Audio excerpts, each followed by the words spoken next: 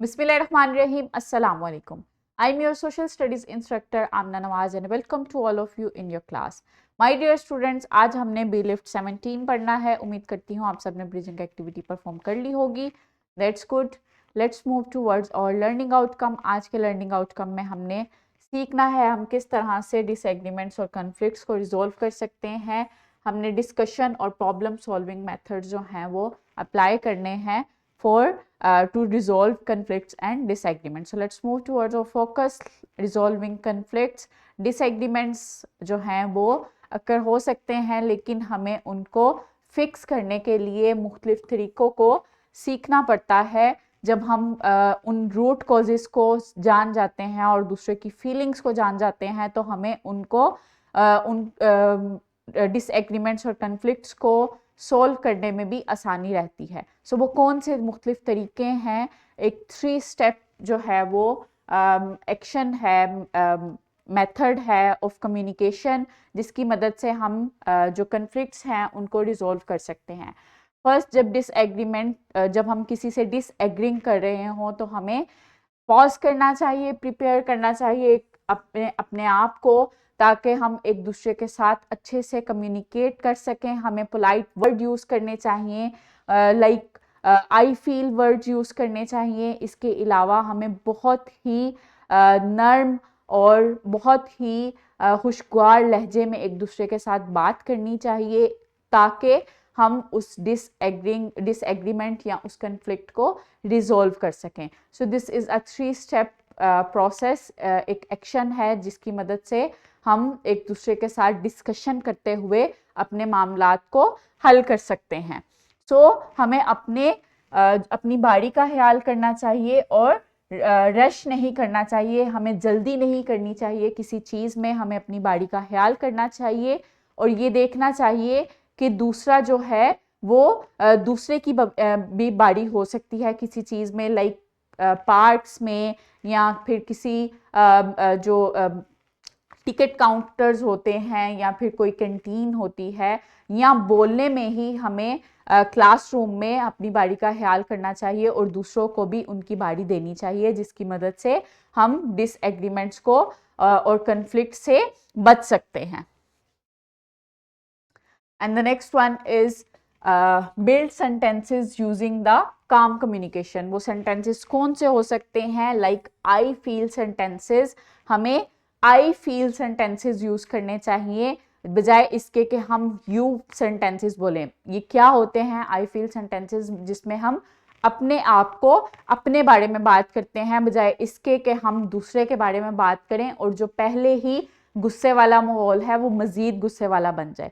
हमें इस तरह के सेंटेंसेस कम्युनिकेशन में और डिस्कशन में बोलने चाहिए जो कि हमारे बारे में हो. Like I feel sad when you take all the pieces of cakes. Like हम इस तरह के सेंटेंस बोले, लाइक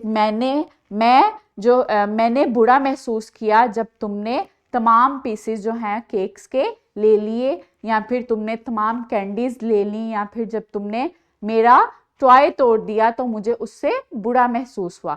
जब हम इस तरह के सेंटेंसेस अपनी कम्युनिकेशन में इस्तेमाल करते हैं तो हमें बेहतर मदद मिलती है उन डिसएग्रीमेंट्स और कन्फ्लिक्ट्स को सॉल्व करने में.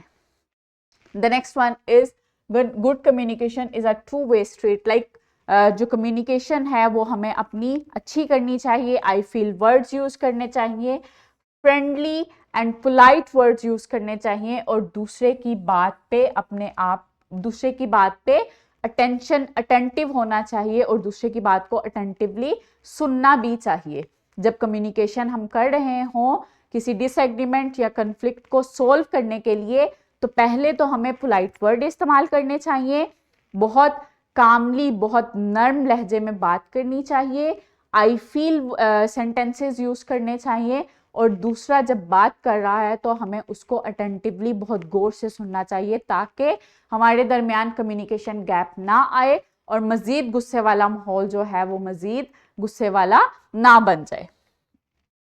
And the next one is जब हम एक दूसरे को जो है वो अपने तौर पर देखते हैं, लाइक दूसरे की चॉइसेस का भी ख्याल करते हैं, तो दूसरे की चॉइसेस को रिस्पेक्ट देते हैं, लाइक हम ये सोचते हैं कि अगर हम ये चीज़ पसंद कर रहे हैं तो दूसरा जो है वो हो सकता है उसको ये चीज़ पसंद ना आए, दूसरे की चॉइस जो है वो डिफरेंट हो। जब इस चीज़ का भी हम ख्याल करते हैं तो इस चीज़ से भी हम डिसएग्रीमेंट और कन्फ्लिक्ट्स को सोल्व कर सकते हैं।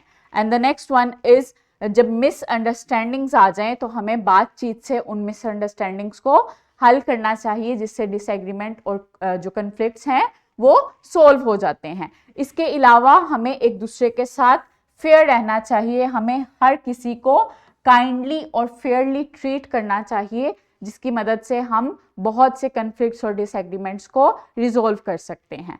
सो रशिंग, शाउटिंग, ब्लेमिंग और इग्नोरिंग जो है वो क्या कॉज करता है, वो मिसअंडरस्टैंडिंग्स कॉज करता है। और मिसअंडरस्टैंडिंग्स को हम किस तरह से सोल्व कर सकते हैं, हम वेट कर सकते हैं अपने टर्न के लिए, हम कम्युनिकेशन जो है वो अच्छी कर सकते हैं, लाइक फ्रेंडली और पोलाइट वर्ड यूज कर सकते हैं, आई फील सेंटेंसेस यूज कर सकते हैं।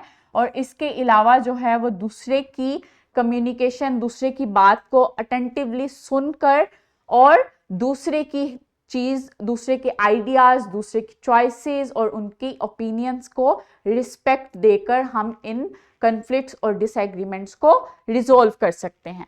So my dear students, that's over here. The next one is formative check and the last one classwork and homework that you have to do on your practice book.